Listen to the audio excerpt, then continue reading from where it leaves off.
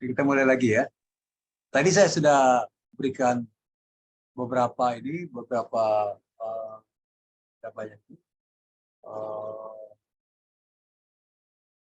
beberapa perbandingan ya. Saya mulai sedikit lagi karena banyak yang terlambat tadi.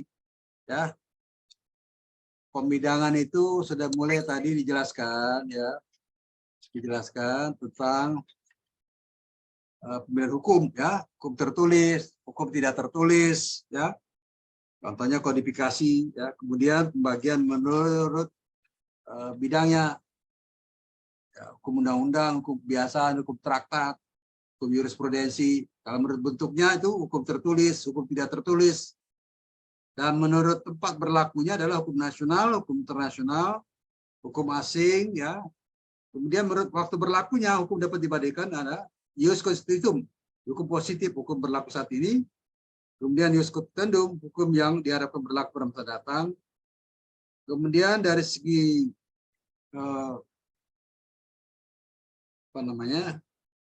cara mempertahankan itu adalah hukum material, hukum formil, menurut sifatnya hukum sifat memaksa, hukum yang mengatur. Kalau menurut wujudnya, hukum dibagi dalam wujud objektif, hukum subjektif. Kalau menurut isinya, hukum dibagi dalam hukum privat, hukum publik. Nah, sekarang tadi saya sudah bedakan tentang hukum sipil dan hukum publik. Nah, hukum sipil itu secara luas meliputi hukum perdata dan hukum dagang, ya kan? Kalau hukum publik terdiri dari hukum tata negara, hukum administrasi negara, dan hukum pidana, ya. Dan hukum internasional, ya.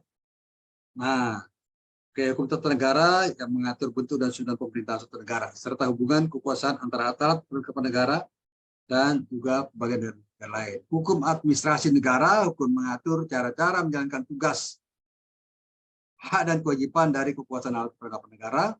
Hukum pidana, yaitu hukum yang mengatur perbuatan apa yang dilarang dan memberikan pidana kepada siapa yang melanggarnya, serta mengatur bagaimana cara-cara mengajukan perkara ke muka pengadilan. Nah, hukum internasional terdiri dari hukum perdata internasional dan hukum publik internasional. Kalau hukum perdata internasional adalah hukum yang mengatur hubungan antara warga negara-negara satu negara dengan warga negara lain dari negara lain. Ya. Sedangkan hukum publik internasional yaitu hukum mengatur hubungan antara negara yang satu dengan negara lain dalam hubungan internasional. Nah, kemudian tadi sudah dibahas terputus ya perbedaan hukum perdata dengan hukum pidana. Dari perbedaan isinya, hukum perdata mengatur hubungan antar orang yang satu dan orang lain dengan menunjukkan kepada kepentingan perseorangan. Kalau hukum pidana, hubungan antara anggota masyarakat dengan negara yang menguasai tertib hukum masyarakat. Nah, contoh tadi kalau perdata jual beli, ya, kemudian kontrak, leasing, misalnya si mobil. Kalau hukum pidana itu misalnya mencuri ya ditangkap dengan polisi, atau bunuh ditangkap polisi, menipu ya ditangkap polisi. Tapi di antara perbedaan isinya ini kadang-kadang itu awalnya perdata, tiba-tiba jadi pidana. Misalnya contoh tadi membeli mobil, ya mobil Toyota Cross, harga 275 juta, mobil Cross tahun 2002. Tapi dealernya itu memberikan kepada yang pembeli, misalnya di Uniar tadi tahun 2021, maksudnya dari 1.200 kok menjadi 1.000 misalnya. Ya, kemudian ditegur, kasus somasi, gugat-menggugat. Itu perdata. Tapi karena ada unsur penipuan, ya, unsur penipuan, belinya tahun 2022 dikasih 2001, mestinya juga tidak spek. Nah, itu penipuan. Disitulah polisi bergerak, alat negara bergerak, lapor ke polisi, jadi perkara pidana. Ya. Oke, nah pelanggaran terhadap norma perdata yang seperti tadi contoh baru bisa dilakukan setelah Uniar sebagai korban menggugat ke pengadilan, menggugat perdata, wan prestasi namanya, ingkar janji, ya, oke, ingkar janji, dirugikan dan pendapat. Pelanggaran terhadap norma hukum pidana pada umumnya segera diambil tindakan oleh pengadilan tanpa ada pengaduan dari pihak yang dirugikan. Setelah terjadi pelanggaran terhadap norma-norma pidana, maka pelanggaran pidana seperti jaksa polisi bertindak. Contoh misalnya, Ya, ada tabrakan depan kampus Unpad. Ya, mobilnya jalannya ngebut, situasi macet, dia ngebut, ya harusnya antri dari belakang, tiba-tiba dia melambung kanan, dia tabraklah, bisa katakanlah siapapun juga yang ada di situ ya.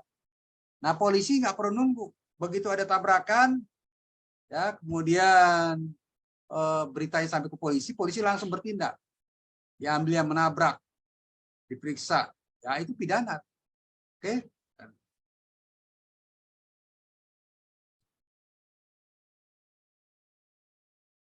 Oke, kemudian sekarang kita masuk pada perbedaan hukum acara perdata dan acara pidana.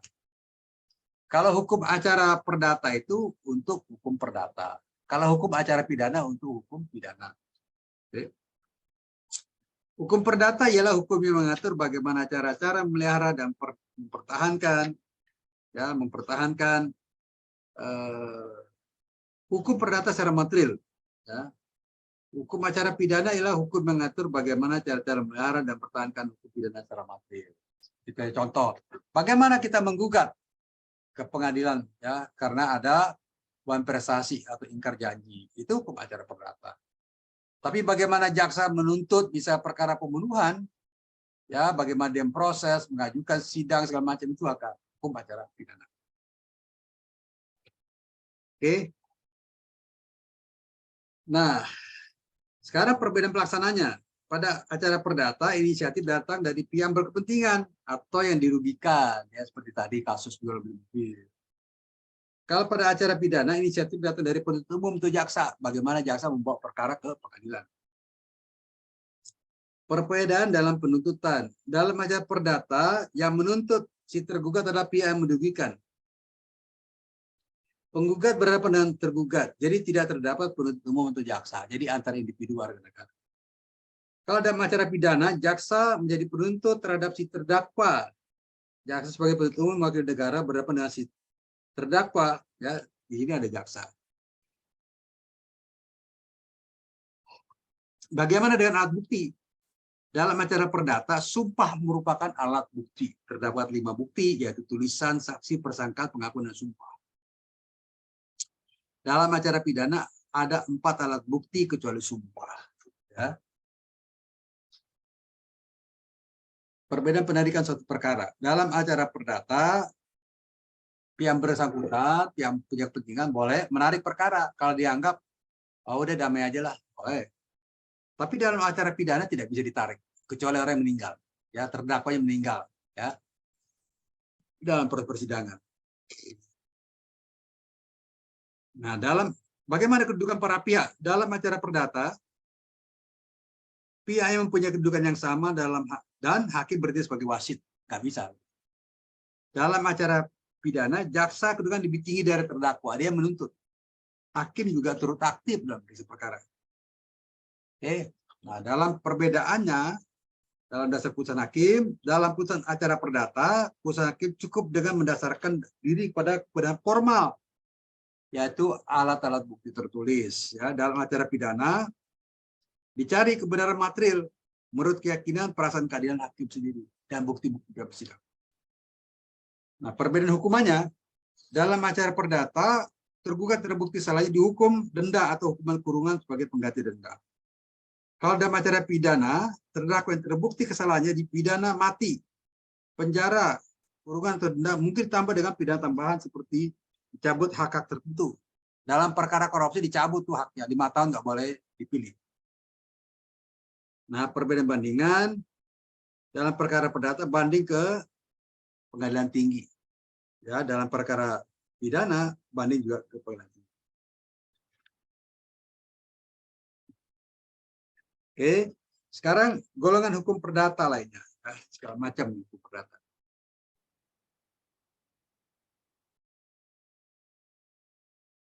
Tadi kita sudah bicara tentang hukum yang dikodifikasi dan hukum yang tidak dikodifikasikan. Oke, hukum yang dikodifikasikan adalah hukum tertulis, tapi tidak semua hukum tertulis telah dikodifikasikan, sehingga hukum-hukum itu dapat dibedakan antara. Nah, pertama, hukum tertulis yang telah dikodifikasi, misalnya hukum pidana.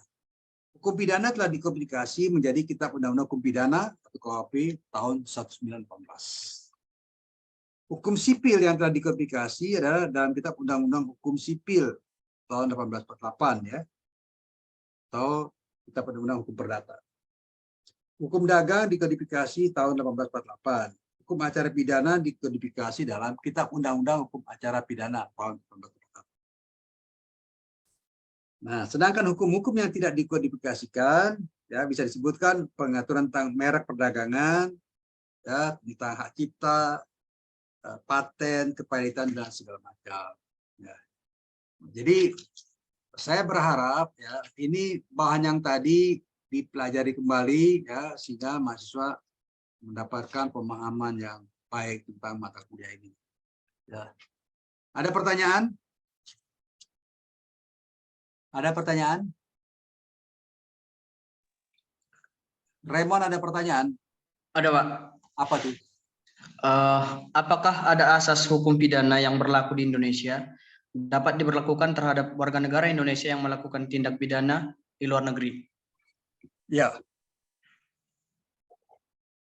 Ada namanya ajas nasionalitas ya, ajas nasionalitas. Misalnya katakanlah seseorang ya, misalnya katakanlah contoh yang paling gampang yang diingat ya, misalnya Raymond dan Junior ini punya hubungan khusus misalnya ya. Jalan-jalan ke Singapura ya, Raymond dan Junior jalan-jalan ke Singapura. Tiba-tiba entah ada perkara apa ya, naik pitam Raymond ini membunuhlah Junior ya. Junior dibunuh ya. Kemudian ditinggal begitu saja. Raymond pulang ke Jakarta. Nah, akhirnya petugas menemukan jasadnya Junior. Ini cerita bohong ya, bukan Junior ini ya, Junior yang lain ya, Junior yang orang Depok, bukan orang Bogor. Raymond juga Raymond yang orang Tanjung Priuk, bukan orang Bogor ya. Jadi ini yang lain. Namanya aja sama, wajahnya pasti beda ya, wajahnya pasti beda. Nah, polisi Singapura menemukan ini, ada jasad perempuan muda cantik ya, meninggal, korban tusukan 12 macam tusukan ya, di sebuah hotel di dekat pelabuhan feri di Singapura. Nah, selidik punya selidik, oh lihat CCTV rupanya ini korban ini datang berdua dengan seorang pria. Ya, ada identitasnya karena setiap masuk kamar di Singapura harus pakai paspor, apalagi orang asing. Ya, ketahuan, nah, dicari. Oh, rupanya pelaku yang bernama Raymond itulah menyeberang ke Batam untuk balik ke Jakarta. Oke, nah, terjadilah peristiwa besar. Kepolisian Singapura menghubungi kepolisian Republik Indonesia untuk menangkap pelaku. Ya. Oleh kepolisian Indonesia, karena tidak ada ekstradisi perjanjian antara Republik Indonesia dengan Singapura dalam hal kejahatan itu pidana, maka berlakulah ajas nasionalitas namanya, yaitu di dalam pasal 1 KUHP ajas nasionalitas. Jadi sekalipun perbuatan pidananya dilakukan di luar negeri, tapi karena pelakunya orang Indonesia, bisa diadili di Indonesia. Diadili di pengadilan Jakarta Pusat karena lokasinya di luar negeri. Nah itu ya. Kecuali ada perjanjian ekstradisi Indonesia dengan Singapura. Jadi Raymond ini setelah ditangkap oleh Indonesia, dibawa ke Singapura, diadili di Singapura. Bisa terjadi asal ekstradisi, tapi pelakunya bisa di Indonesia. Nah, kayak gitu ya, ajas nasionalitas ya. Oke. Iya, Pak. Ini hanya cerita ya, cerita karang-karang, kebetulan orang yang sama namanya ya. Gitu ya, supaya pada ingat. Jadi kalau dia ingat nasionalitas, nanti hubungan antara Raymond dengan Junior ya. Tapi bukan Junior yang di sini, Junior yang ada di Depok sana ya, bukan di Bogor. Ada lagi mau tanya? Junior mau tanya? Enggak? Enggak, Pak. Ada? Enggak? Cukup ya? Cukup jelas tadi kasusnya ya? Oke, kalau gitu saya tadi sebetulnya mau ke kampus. Tapi tiba-tiba drop karena saya sudah 2 minggu perjalanan ke luar negeri ya. Lelah sekali, ini juga bulan Januari saya harus kembali ke Swiss ya, untuk ada konferensi. ini untuk memberikan ceramah di sana. Gitu ya. Kira-kira gitu ya. Oke ya. Saya kira kuliah kita akhiri sampai sini. Terima kasih banyak ya. Sampai ketemu ya. Salam sehat selalu. Terima kasih.